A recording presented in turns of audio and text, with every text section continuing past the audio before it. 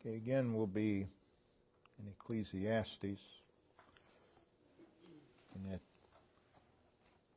the introduction, we've seen so far the title of the book, the meaning of that, the author being Solomon, the time period from Ecclesiastes 12, we would say in the latter years of his life. We've looked at the structure, which also we gather from chapter 12, verses 9 through 12. It's a sermon. The purpose is to give a right perspective. Perspective, again, is the ability to view things in the right relations. In this case, in relation to God. That's how we should view life. And we've seen the message of Ecclesiastes, which again, it's a sermon from a wise man concerning what he's learned, and then he's presenting that what he has learned is the message of the book. And he's telling us that we do not need to experiment with the matters of life. He already has. And he's telling us to learn from his experience. He is saying, I have personally experienced knowledge, and wisdom, and understanding, and I've had accomplishments, I've had wealth, but my life was empty. And the message is, don't go the path that I went. He's saying there's no need for you to experiment. I've tried it and didn't work. That's the basic message of Ecclesiastes. It is that a life apart from God is empty. A life apart from God is meaningless. It's vanity. And that's what he states there in verse 2 of chapter 1. He's telling us that the things, the possessions, the attainments, the pleasures of life are not what brings fulfillment. So don't chase those things. Don't pursue those things. Again, it's a lesson that very few have ever truly learned. It is the lesson and message of Ecclesiastes is that everything is empty without proper focus upon God. It's also, you will not find the meaning of life apart from God.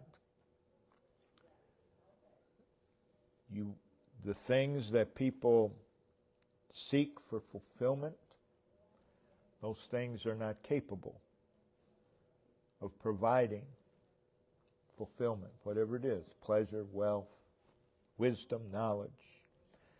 So the overriding message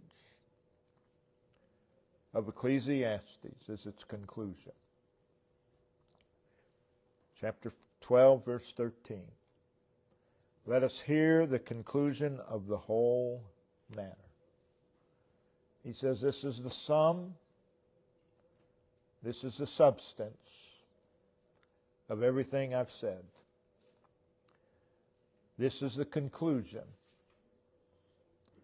of Solomon's pursuit. His pursuit is stated in chapter 2, verse 3. What was that good for the sons of men? which they should do under heaven all the days of their life. That's what he's pursuing. And then he states here in chapter 12, verse 13, it's as if he's saying, this is what I found. Or better yet, this is what I've been brought to concerning what life is all about, concerning the purpose of life. Let us hear the conclusion of the whole matter. And what follows is God. That's the subject. What follows, what is the conclusion of the whole matter, is the Lord. So he's saying here in Ecclesiastes 12:13, this is the bottom line. Fear God, keep His commandments. This is the heart of the matter. This is the main point in life. The main point in life is God. That's not just occasionally. That's all the time. That's all the time. Doesn't matter what else is going on. Doesn't matter. The main point in all of life is God. And when we lose sight of the main point, perspective is skewed. And if you continue down that path, you're going to bring all sorts of misery and problems into your life. So Solomon was a man who had given himself to every pursuit known to man. He had a wide variety of life experiences. And his final determination that he is brought to is fear God, keep His commandments. For this is the whole duty of man. This is what gives fullness of life. So let's think about those words. Fear God, keep His commandments, for or because this is the whole duty of man. In those words, we see there is an affection of soul toward God. Fear God. Fear God. That's the root matter. Fear God. So there's an affection of soul toward God. And then we see there's an activity toward God. Keep His commandments. This is the result of fear God. That's the result of fear God. You fear God, you will keep His commandments. The scope of this. Okay, again, we have the affection of soul towards God. We have the activity toward God. Everything's moving toward God. The scope, this is the whole duty of man. The word duty, of course, speaks of obligation. It also speaks of a commitment. It speaks of allegiance. In every phase, in every aspect, in every pursuit, in every relationship, in every situation, in every circumstance of life, man has a duty to God. Again, it doesn't matter what else might be going on. Nothing overrides this. Man has a duty to God. And Solomon says, this is the conclusion of the whole matter. This is what life is about. Life is about God. Everything about life is to be centered upon God. Again, that's brought out in Genesis 1, verse 1. Nothing, and in nothing is our duty to God to become secondary. This is the conclusion of the whole matter. It's the duty of man, the whole duty of man. In other words, duty to God is to have precedence. Solomon mentions many things about life.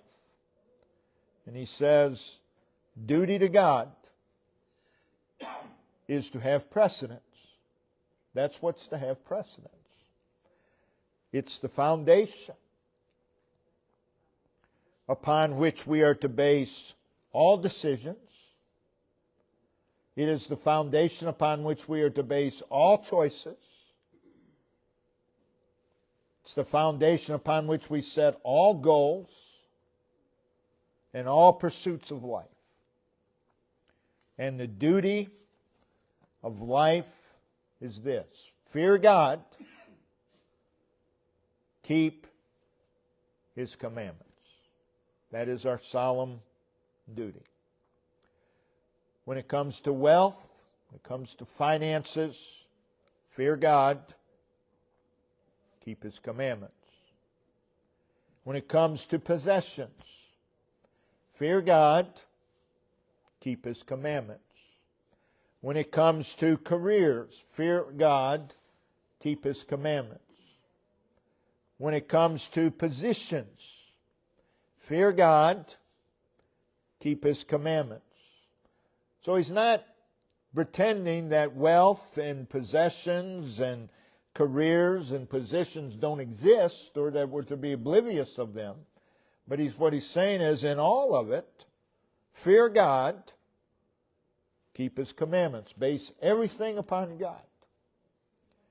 When it comes to education, when it comes to pleasures, when it comes to pursuits, remember your duty to God. This is the message of Ecclesiastes. Oh, that people would get the message. Again, the foundation of how we view finances or possessions or careers or whatever should be God. Fear God, keep His commandments. Most people, those who profess salvation, they like to separate finances from God. They like to separate possessions from God, careers from God. Solomon is saying here, I've tried that. It's all vanity. It's all a waste. It leads to emptiness.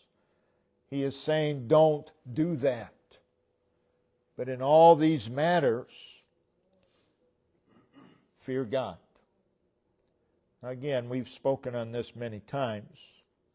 This is not that cringing type of fear that you might give to some kind of tyrant, but it's a respectful regard of God. The truth is, if you do not fear God, you have a disrespect for God. A lot of God's people, and we all do from time to time, show great disrespect to the Lord. Perhaps nowhere more than God's house. A disrespect of the Lord. So this has respect. It's a respectful regard of God, connected to a sense of awe, connected to an affection of heart. Again, it's reverence for God. Reverence for God is high esteem of God. It's honor toward God. The meaning of fear God, notice in Proverbs 14, verse 2. He that walketh in his uprightness feareth the Lord. And the meaning of that is clearly seen in the next line, or in the contrast. But he that is perverse in his ways despiseth him. So the two words you want to notice here is feareth and despiseth, because they're contrasted. To despise God is to show irreverence toward God. Now, the word despise in the Bible doesn't mean what it's come to mean today in the English language. We think of despise, we think of hate. Well, I don't hate God, therefore I don't irreverence God. But that's not what despiseth means. It means to think lightly of. So it would be putting anything ahead of God. That's irreverence. That's disrespect to the Lord. So it is a fear that has a high regard for God, a deep consideration of God. How many of God's people, when it comes to finances, or possessions, or careers, or positions, or education, or pleasures, or pursuits, how many really, truly consider God? Very few. Very few. And that's obvious from the messes they get themselves in. If they would have considered God, it wouldn't have happened. It is a fervent affection and desire for God. Again, this is not something possessed by natural man. Romans 3:18, there is no fear of God before their eyes. There is no fear of God before their eyes. There's no reverence for God in the natural man. So this reverence for God is stated in many ways. Psalm 4, verse 4, it is stand in awe. Stand in awe of who God is. In order to do that, you have to think about Him. You have to consider Him. You have to have your eyes upon Him. Stand in awe. Psalm 33, verse 8. Let all the earth fear the Lord. Let all the inhabitants of the world stand in awe of Him. Someone will say, well, this is an awesome opportunity that I've been given. Well, here's the awesome opportunity. Fear God, keep His commandments. That's the awesome opportunity that you've been given. Don't let anything pull you aside from that. Psalm 89:7. God is greatly to be feared in the assembly of the saints. Now, it's a shame that the Lord would even have to say that. That God would be greatly feared in the assembly of the saints. And to be had in reverence of all them that are about Him. Proverbs 23:17. Be thou in the fear of the Lord all the day long. It's the whole duty of man to fear God. Ecclesiastes 5, verse 7. We have this commandment. Fear thou God. 1 Peter 1:17. Pass the time of sojourning here in fear. So this fear is reverence. And this fear or reverence is learned. It's a learned behavior. We don't come by it naturally. So it's something that we learn. In Deuteronomy chapter 14, Deuteronomy 14, verse 23.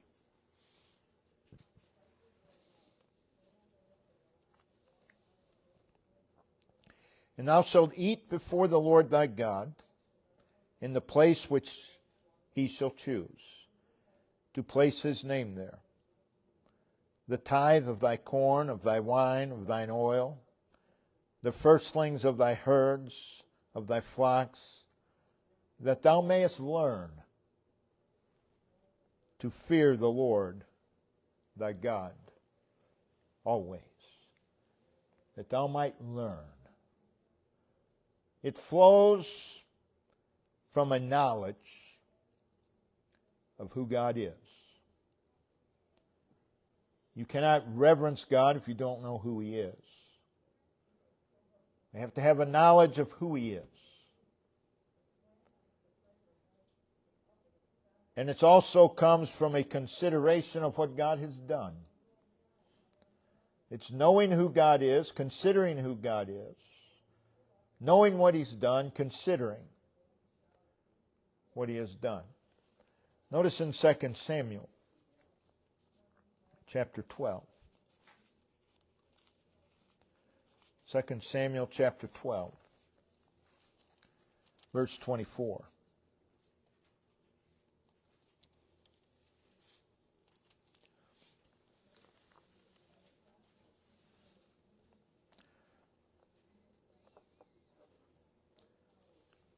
Okay, we got a wrong verse there. That's all right. Let's go to Psalm 33, verses 6 through verse 8. Psalm 33, verses 6 through 8. By the word of the Lord were the heavens made, and all the host of them by the breath of His mouth. He gathereth the waters of the sea together as an heap. He layeth up the depth in storehouses. We're talking about what God has done. Let all the earth fear the Lord. Let all the inhabitants of the world stand in awe of Him. For He spake, and it was done. He commanded, and it stood fast. So we learn to fear God by considering what God has done. You don't reverence God being in oblivion to Him. So it's always considering God. It flows from a sense of His mercy. Psalm 130. Psalm 130. Verse 4. But there is forgiveness with thee, that thou mayest be feared. That thou mayest be feared. God's grace, God's mercy teaches us to fear God. It's something that we ought to pray for.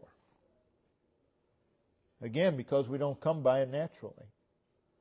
Psalm 86, verse 11. The psalmist says, unite. That is, connect, fuse, knit my heart, my inward being, to fear thy name. His name is who He is. So this fear of God is the beginning of knowledge. We read that in Proverbs 1, verse 7. It's also the beginning of wisdom. Psalm 111, verse 10. Proverbs 9, verse 10. Fear of the Lord is the beginning of knowledge. If you don't have the beginning of knowledge, you don't have knowledge. Doesn't matter how intelligent one might be. They have no fear of God. They have no real knowledge. They have no real wisdom. We see the fear of God in Proverbs 14:27 as a fountain of life. A fountain is a source. It's a spring. Reverence for God is a source of life. It's a spring of life. Conveys the idea of abundance and freeness. It's what Solomon was looking for. But he was looking for it apart from God. He was looking for the fountain of life. He was looking for abundance in life. But he's looking in the wrong places. Again, people say all the time, and they think it's something greatly spiritual. Well, they're searching. Well, yeah, the whole world is. The whole world is. But if you're searching in the wrong places, it's going to end in disappointment. And that's what Solomon is telling us. You don't need to search. You don't need to search for fulfillment. He's telling us, I'm telling you where it is. This is what I found. But again, you can give advice to people and say, this is what I've learned. They're not going to listen. And so it is with Solomon in Ecclesiastes. They have to find out for themselves. And that's sad. The fear of the Lord is continually a fountain of life. It continually lets out and yields life. Reverence for God.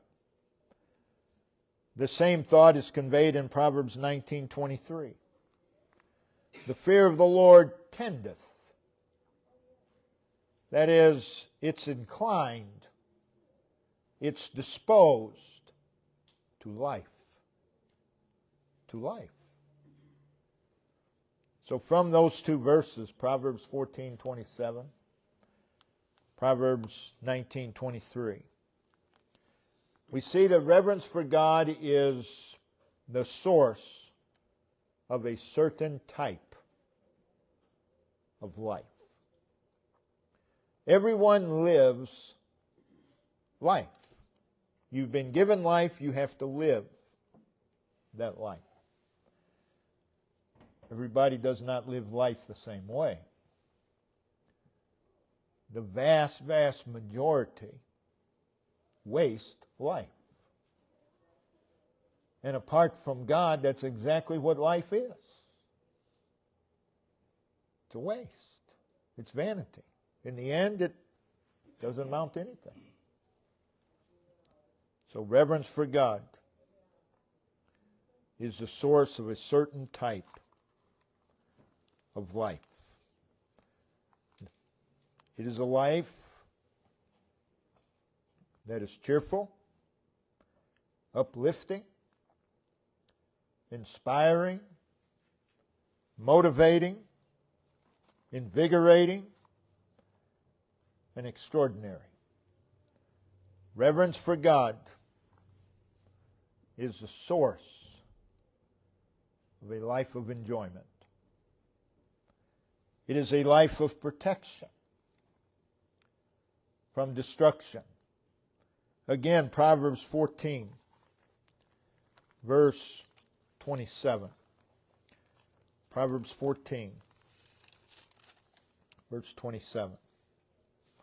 The fear of the Lord is a fountain of life. But then notice, to depart from the snares of death.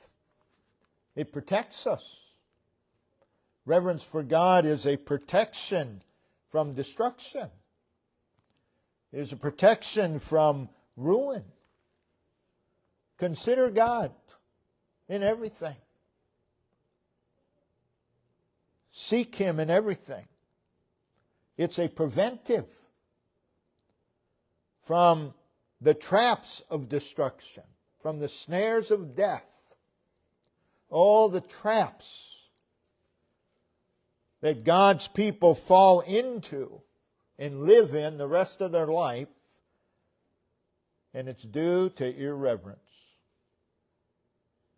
They didn't consider God, and they fall into a trap.